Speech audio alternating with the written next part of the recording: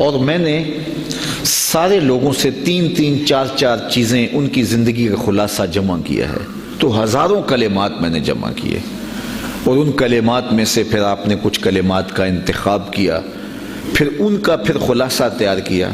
حضرت شیخ فرید الدین عطار نے ان کا ایک خلاصہ تیار کر کے سعد پاند لقمان حکیم کے نام سے ایک ہمیں ان کا ایک نصیحت نامہ دیا ہے، جو زندگی کے اندر ایک اکسیر ہے۔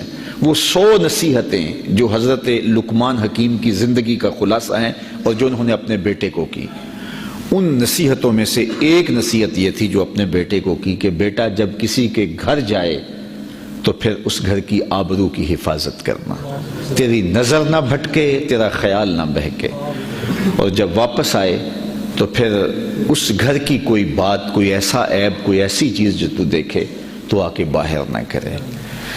تو یہ ایک ایسا عمل ہے کہ جو ایک اچھی معاشرت کی تشکیل کا ذریعہ ہے۔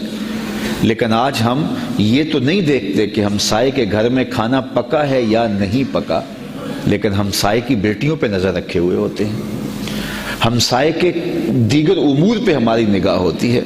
ہمیں جن کاموں پہ نگاہ رکھنے کا حکم دیا گیا ہے ان کاموں پہ ہماری نگاہ نہیں ہے، اور جہاں ہمیں صرف نظر رکھنے کا حکم دیا ہے تو وہاں ہمارے معاملے اور ہیں۔ تو ہم ایک دوسرے کی بات اچک کر کے پھر معاشرے کے اندر پھیلا دیتے ہیں، اور معاشرہ گندگی اور غلاظت کا، ظاہری غلاظت کا بھی اور باطنی غلاظت کا بھی مجموعہ بن گیا ہے۔ تو اللہ تعالیٰ نے فرمایا کہ جب تم انبیاء علیہ السلام کی ذاتیں کتنی بابرکت ہیں اور حضور کی ازواج مومنوں کی مائیں ہیں، تو لیکن اس کے باوجود فرمایا کہ اگر تم اپنی ماؤں کو بھی ملنے جا رہے ہو، تمہارا ان سے پردے کا وجوب دیا گیا ہے، تو اپنی نظروں کی حفاظت کر کے جانا، یہ تمہارے لیے بھی بہتر ہے اور ان کے لیے بھی بہتر ہے۔ اللہ اکبر۔ تو یہ ہمیں حکم دیا گیا اور یہ ہمیں پاکیزگی اور طہارت کا سبق سکھایا گیا۔ زکوٰۃ ہے ہی پاکیزگی کا نام ہے، اس سے مال پاک ہوتا ہے۔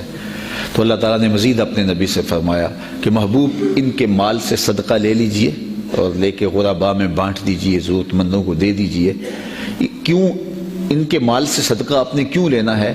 اس لیے کہ ان کو پاک کر دیں، ان کے اموال کو ستھرا کر دیں، اور پھر وصلی علیہم، اور پھر ان کے لیے دعا کر دیجئے۔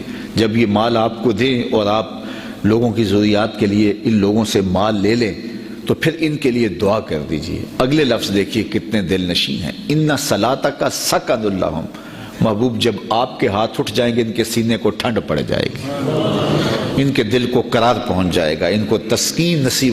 ملکہ زبیدہ جو ہے یہ ہارون الرشید کی